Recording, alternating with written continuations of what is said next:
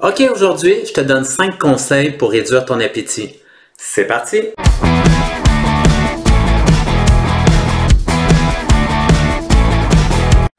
Conseil numéro 1. Pour réduire ton appétit, tu dois avoir des aliments dans ton alimentation et dans tes repas qui vont te bourrer, qui vont te satisfaire, qui vont combler ton appétit. Ceux qui fonctionnent le plus, c'est les protéines. Les protéines vont vraiment te donner un sentiment de satiété. Donc, on parle de viande, poulet, bœuf, poisson aussi, tofu peut être dans cette catégorie-là. Et donc, tu as besoin d'une source de protéines à chacun de tes repas pour combler ton appétit. Tu dois également avoir une petite source de gras. Donc, le gras aussi, en second lieu, aide pour réduire l'appétit durant tes repas. Donc, beurre d'amande, avocat, noix également. Donc, c'est tous des bons choix et tu dois en avoir à chacun de tes repas. Concrètement, voici une petite idée déjeuner pour toi avec des protéines et du gras. Donc, par exemple, tu pourrais te faire des œufs brouillés à la poêle. Tu pourrais y incorporer, par exemple, un demi-avocat coupé en lanières. Et tu pourrais aussi mettre des épinards qui vont se réduire dans la poêle. Et à la fin, tu peux rajouter quelques petits fruits comme des bleuets. Et habituellement, c'est délicieux. Conseil numéro 2.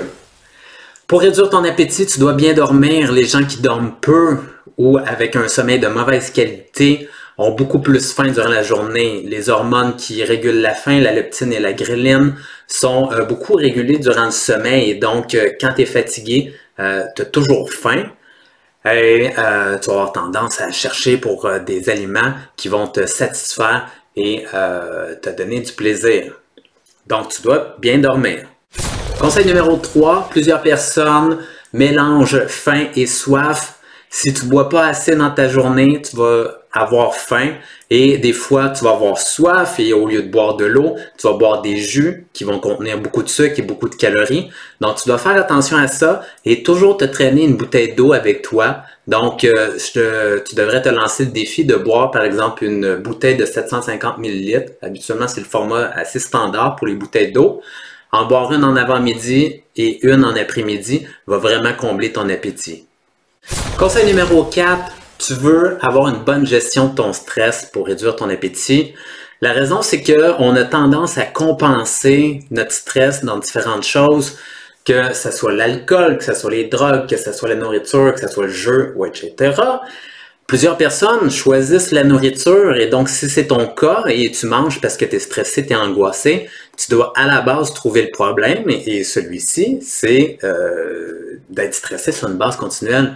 Donc, peut-être des problèmes dans ta vie. Des fois, c'est des personnes qui se mettent beaucoup de pression sur les épaules, qui ont un travail, travailler trop d'heures, travailler la fin de semaine, pas prendre assez de soin de soi pour se reposer et de décrocher.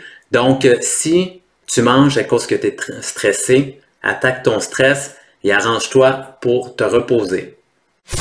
Et conseil numéro 5, je ne recommande pas énormément de glucides et de féculents à mes clients qui veulent perdre du poids. Par contre, lorsque tu manges des glucides, tu dois essayer de faire des bons choix. Lorsque tu fais des bons choix, c'est beaucoup moins dramatique que de manger par exemple des pâtes blanches ou du pain blanc. Incorpore à la place du quinoa, qui va avoir un peu de protéines quand même à l'intérieur. Tu peux manger du riz brun. Tu peux manger des patates. Crois-le ou non, les patates est le féculent qui comble le plus l'appétit. Si tu as aimé ma vidéo d'aujourd'hui, merci de la partager. Si tu souhaites te remettre en forme dans les 6 prochaines semaines, viens faire mes 6 semaines de transformation physique qui te garantissent 6 à 12 livres de gras perdus. Appelle-moi maintenant. À bientôt!